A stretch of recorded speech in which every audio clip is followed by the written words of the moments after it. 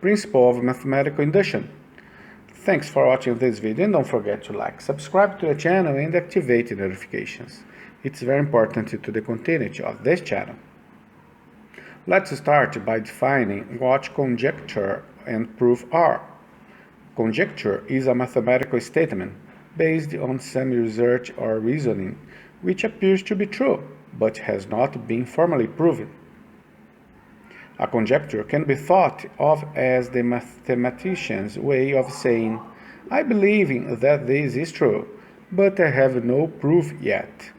A proof is a sequence of logical statements, one implying another, which gives an explanation of why a given statement is true forever. In mathematical science, we are very interested in patterns, and one of the most powerful ways of proving that patterns will continue forever is a method called mathematical induction. Mathematical induction is a method for proving that statements involving natural numbers and positive integers are synonymous, are true for all natural numbers. We now state the principle of mathematical induction. Suppose that we have a statement or rule P of n about a positive integer n. If we can show that the statement is true for n equals 1, that is, P of 1 is true, and if the statement is true for some natural number k, it is also true for the next natural number k plus 1, that is, truth of P of k implies the truth of P of k plus 1. Then the statement is true for all natural numbers. To use the principle of induction for the natural numbers, one has to proceed in 4 steps. Step 1. Define a property that you believe to be true for some ordered set, such as the set of the natural numbers. As an example, let's consider adding up consecutive odd numbers. We should remember that an odd number can be represented with n equals to k minus 1, where k is an integer.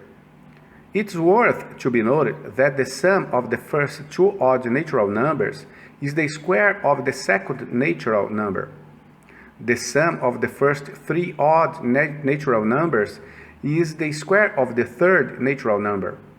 The sum of the first 4 odd natural numbers is the square of the fourth natural number, and so on.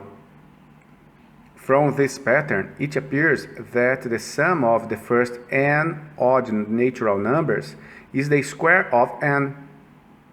We wish to prove that pattern is true for all n.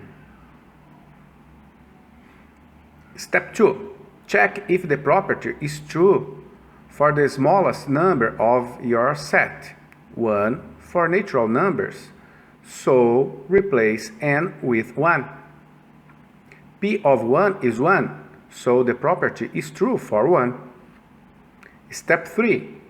Assume that property is true for an arbitrary element of your set. Replace n with k. We assume that the pattern is true for some natural number k. Step 4. Prove that the property is still true for the successor of that element.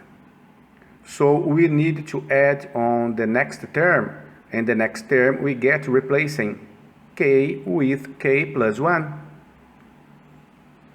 We look at the sum of the first positive odd integers to determine whether this sum equals the right-hand side. We rearrange the terms, and since left-hand side equals right-hand side, the result is true for all natural numbers n.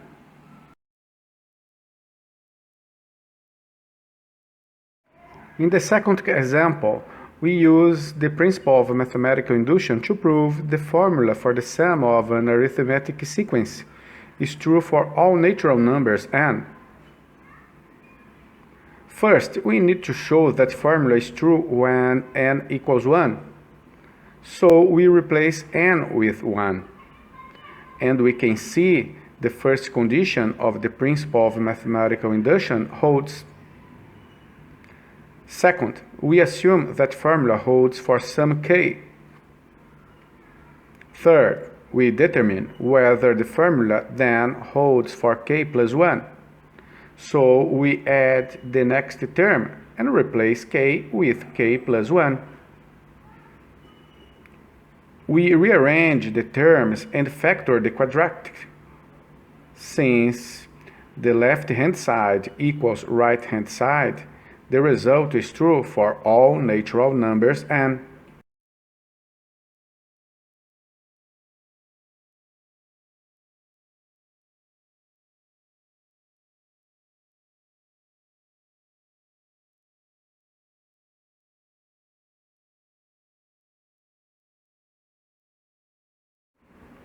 Look at the next example.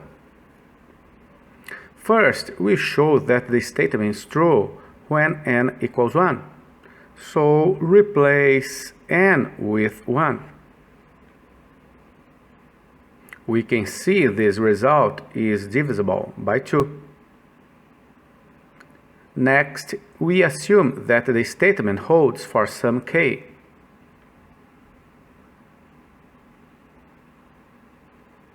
We now determine whether the statement then holds for k plus 1. We add and subtract 3 to the power of k. Rearrange the terms. Because the first term is divisible by 2 and the second term is also divisible by 2, as our previous assumption, the statement holds for k plus 1. So the statement is true for all n.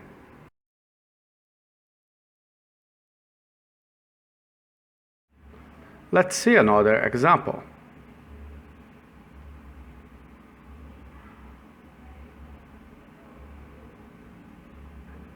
First, we show that the statement is true when n equals 1. Replace n with 1. We can see this result is divisible by 8.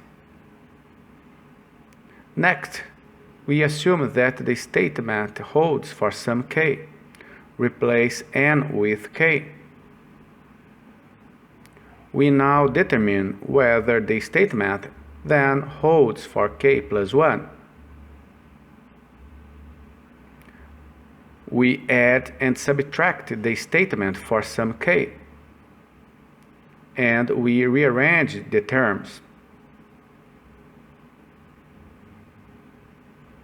Because the first term is divisible by 8 and the second term is also divisible by 8 as our previous assumption, the statement holds for k plus 1. So the statement is true for all n.